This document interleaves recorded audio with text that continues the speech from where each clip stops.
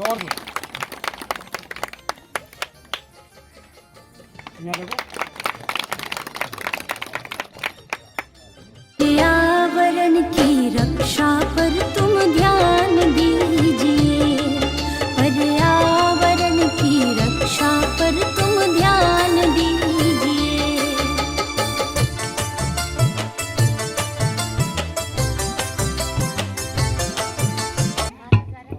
देखिए भाई, आज अंतर्राष्ट्रीय विश्व साक्षरता दिवस पर गोविंद जी अटलपुरी के द्वारा पौधारोपण का कार्यक्रम यहाँ पर रखा गया है, जिसमें आप सभी का तहे दिल से स्वागत है। और मैं इसी क्रम में अपने माननीय सरपंच साहब, जो कि आपको दो शब्द कह के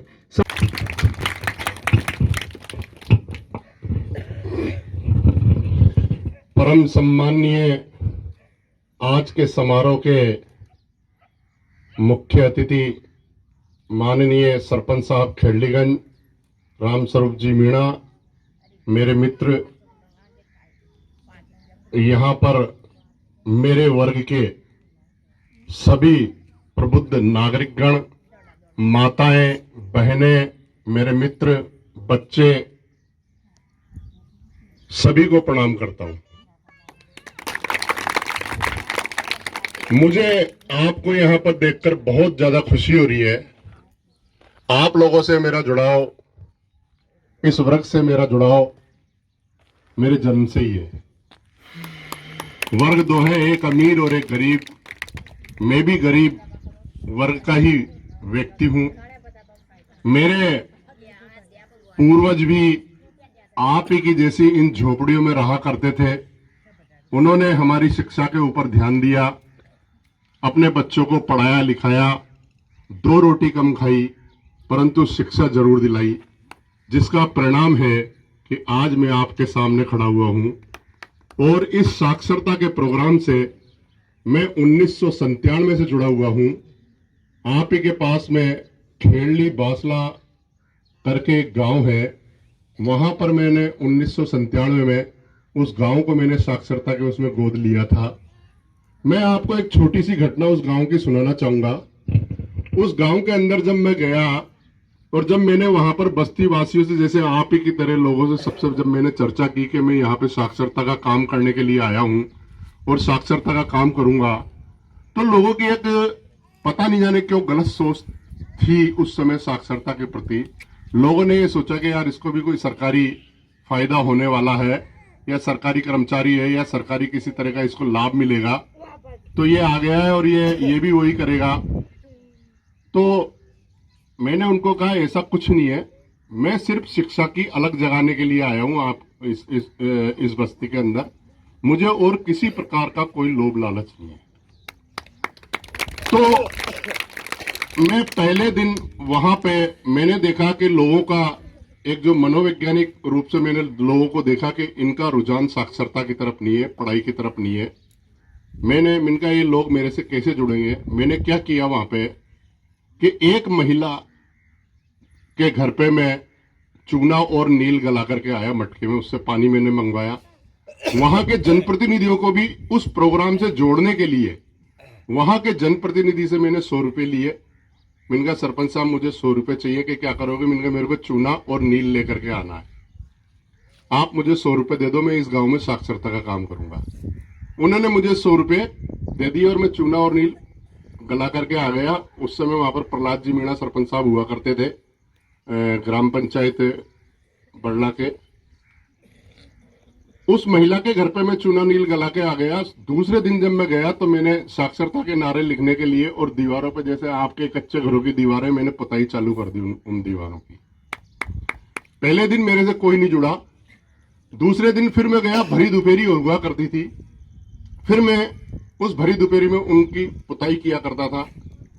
तीसरे दिन भी फिर दूसरे दिन भी कोई नहीं जुड़ा। मैंने शाम को डेली में उनकी मीटिंग लेता था, जैसे आप लोग बैठे हुए वैसे चबूतरे पे बैठ करके लोगों को समझाता था, परंतु मुझसे कोई भी नहीं जुड़ा कि यार क्यों आप एक बंदे ने तो ये कहा कि भाई साहब क्यों आप माता खपाने आए हो, यहाँ पर ये जो हेडपंप जो खराब हो जाता है ना, तो ये मिस्त्री से हैंडपंप की रोड भी नहीं निकलवाते, तो आप इनमें क्यों यार माता। तो तो कहने का मतलब ये है कि एक मानसिकता ऐसी हो गई कि लोग ये सोचने लगे कि यार ये बेवकूफ बनाने के लिए आए और अपना काम करके और चला जाएगा।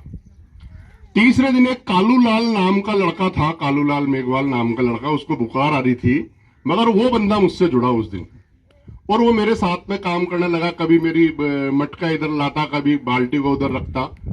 फिर धीरे धीरे धीरे धीरे सारे लोग, जब उनको लगा कि ऐसी भरी दोपहरी के अंदर, आप लोग भी मुझे जानते हो, जो भी लोग मुझे जानते हैं वो सब ये जानते हैं कि यार ये संपन्न परिवार से और सारी चीजें हैं, ये ऐसा काम क्यों कर रहा है यार। तो जब उनको लगा कि नहीं यार ये वास्तव में काम करने के लिए आया है, मेरी बात को डेली शाम को सुनते, धीरे धीरे मुझसे लोग जुड़ने लगे, सारा गांव मुझसे जुड़ गया और वहां पर 9 साक्षरता केंद्र, सारे युवा, सारे बुजुर्ग, सारी महिलाएं, सारे बच्चे मुझसे मतलब मन से जुड़े और सब ने हमारे वहां पर जो भी साक्षरता के जो भी मैंने प्रेरक बनाए, जो भी वहां पर वॉलंटियर बनाए, मैंने वहां पर एक साक्षरता समिति का गठन किया वहां पर। और फिर उसके बाद क्या है कि सारे 9 केंद्र उस बस्ती के अंदर, उस गांव के अंदर 9 केंद्र प्रैक्टिकल रूप से चलने लगे। वहां पर सारे जो बुजुर्ग जिनको पढ़ना लिखना नहीं आता था वो लोग आने लगे। इसके पीछे उद्देश्य ये था कि आज जो बुजुर्ग हैं, जो पढ़ना लिखना नहीं जानते हैं, आज हम जो पिछड़े हुए हैं पढ़ाई के कारण, लोग पिछड़े हुए हैं, कहीं भी साइन करा लेते हैं, कहीं भी अंगूठा करा लेते हैं, कहीं भी आदमी समझता नहीं है, कहीं भी अपने अधिकारियों को समझता नहीं है। आज जैसे सरपंच साहब हैं, हमने बुलाया इनको यहाँ पे, तो आज आपने इनका स्वागत किया, आप इनको तहे दिल से चाहते हो, मगर सरपंच साहब को कैसे बुलाया जाए, क्या किया जाए, अगर आप पढ़े लिखे होते तो सारी चीजें आप भी समझते। तो उस गांव के अंदर क्या 9 केंद्र चलने लगे प्रैक्टिकल रूप से। फिर मैंने अपनी बात को चिर स्थायी बनाने के लिए कि मेरी बात इन गरीब इन बस्ती के लोगों को हमेशा हमेशा याद रहे, इसके लिए मैंने वहां पर क्या है कि 2 चरणों के अंदर वृक्षारोपण करवाया। इस वृक्षारोपण को मैं 1997 से करवाता हुआ आ रहा हूं और सरपंच साहब को भी अच्छी तरह से पता है कि वेरा हाउस बस्ती के पास में जो भील बस्ती है, कलंदर बस्ती है, अभी हमने शमशान और कब्रिस्तान में भी किया था। हम समय समय पे हर प्रतिवर्ष इन्हीं बातों को कहते हुए, साक्षरता और शिक्षा के प्रति जागृत करते हुए, पर्यावरण के प्रति जागृत करते हुए लोगों से प्रतिवर्ष मैं वृक्षारोपण करवाता हुआ आ रहा हूं। मैंने वहां पे 2 क्रम में वृक्षारोपण कराए। बच्चों से मैंने फलदार पौधे लगवाए, बुजुर्गों से छायादार पौधे लगवाए। इसके पीछे भी मेरा उद्देश्य था कि बच्चे जब ये बड़ा होगा पौधा, इसमें डेली पानी डालेगा या जो भी व्यक्ति पानी डालेगा उसको मेरी बताई हुई बातें याद आएंगी, मेरा इस गांव के अंदर किया हुआ परिश्रम याद आएगा।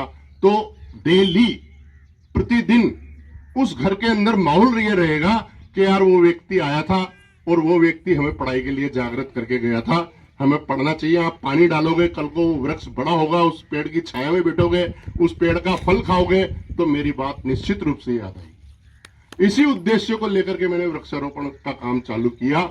आज आप खेड़ली बासला के अंदर जाएं, वहां पर मैं 5-6 बार वृक्षारोपण उसके बाद करवा चुका हूं। खेड़ली बासला में आपके रिश्तेदार भी होंगे, वहां पर जाएं, आप वहां पर पूछें कि बस्ती के अंदर, गांव के अंदर जितने भी पौधे जो बड़ा आपको बड़े बड़े नजर आ रहे हैं वो सब मेरे हाथ के ही लगाए हुए हैं। आप इस वेरा हाउस बस्ती के अंदर, इस बंदा रोड के अंदर जितने भी पौधे आपको नजर आ रहे हैं वो सब मेरे ही लगा रहे हैं। मेरा इसके पीछे पर्यावरण का तो है ही, साथ के साथ ही इसके अंदर शिक्षा का है।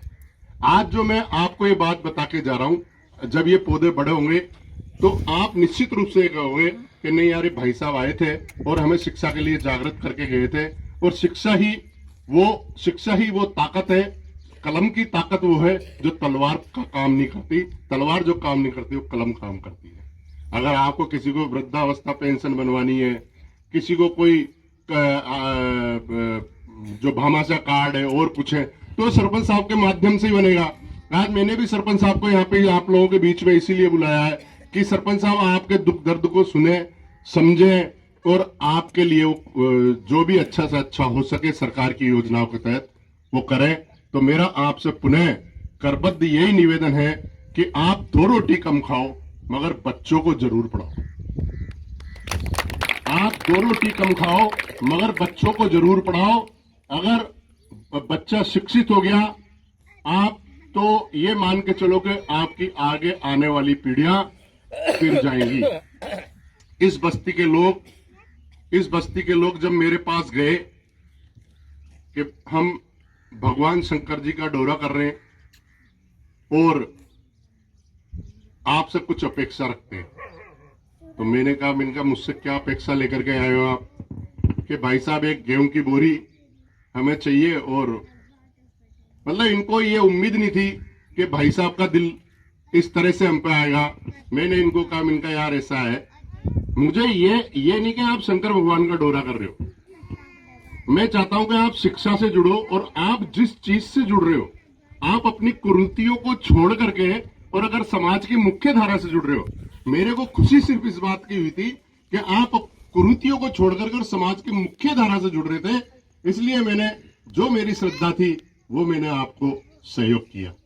तो मैं चाहता हूं कि आप 2 रोटी कम खाना और अपने बच्चों को जरूर पढ़ाना, बस यही शब्द कहते हुए मैं स्थान ग्रहण करता हूं और सरपंच साहब से निवेदन करता हूं कि आपकी बस्ती की जो भी समस्या है उनको वो पूरा करेंगे और सरपंच साहब आगे आपको अपना संबोधन देंगे। माननीय सरपंच साहब। हमारे बीच सम्मानीय अध्यक्ष महोदय गोविंद जी अटलपुरी, माता और बहन और बालक और बालिकाओं, मैं सभी को प्रणाम करता हूं।